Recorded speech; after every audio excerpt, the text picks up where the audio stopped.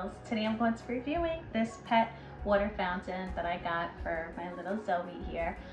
This is suitable for cats and small or medium-sized dogs. It's great. It's a nice, white fountain, and it's got a filter inside that you pull this out and you can put a filter inside, so that way it filters the water. This is a great product because, just like us, we like filtered